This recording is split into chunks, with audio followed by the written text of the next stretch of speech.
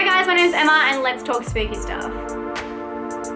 So today I want to talk about the recent film, Knock Knock. So if you haven't heard about this film, I'm sure you have. It's Keanu Reeves and he is in his house and he gets a knock at the door and it's an intruder movie. It's pretty much an intruder movie that starts off innocent and then works its way around. His family is away for the weekend. He has a loving wife and 2 children, and when these 2 strange, younger, sexy girls knock on the door, slowly it becomes apparent that they want to have sex with him and then destroy his whole life. This movie is a guilty pleasure movie. If you like intruder films, if you like things going wrong, if you like hard candy, this is very similar. Hard candy is a little bit more serious, I feel like, but this movie definitely takes it in that direction. This movie, you won't get any answers though. You won't know the backgrounds of the girls, so don't even try and figure it out. It does leave you hanging there, but if you like a guilty pleasure, this is Sunday for me, movie, just to chill and watch and go along for the ride, this is definitely it. I know some people who didn't like this movie, but I found it really captivating and I really like the characters. It's actually really funny. This is an Eli Roth film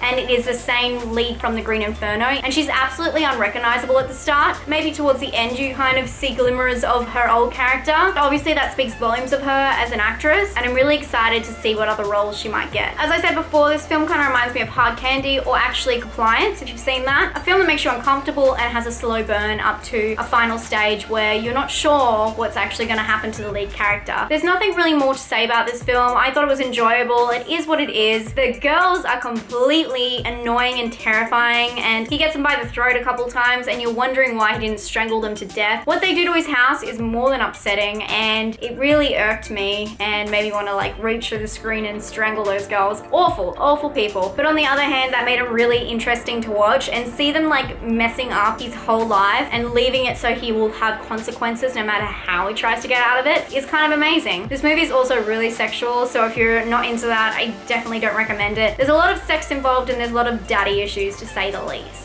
One thing that did irk me about this movie was the finishing song, which is Pixies, Where Is My Mind? And I totally disagree with that. That song should not be used for any ending of any film except for Fight Club. And that's been done. We've brushed it off. No more Where Is My Mind at the end of films. During the film, fine, but not at the end. That's a classic scene when all those buildings are exploding and Marla and the narrator are there holding hands. You can't beat that. I'm sorry, I always talk about Fight Club. First rule of Fight Club, don't talk about Fight Club. Other than that, I really enjoyed it. It wasn't anything too special, but I found it just fun, just Sunday afternoon fun. I'm gonna give this one a personal score of 7 because I enjoyed it. A scare score of 2. It wasn't horror scary, it was more thriller scary. This movie is more of a thriller. And originality, I'm gonna give it 2. It's not original at all, but it's a good time. Hope you guys enjoyed this review, and I hope you enjoyed the film if you haven't seen it yet. Let me know down in the comments if you have and what you thought, and I'll see you guys later. Stay spooky. Bye.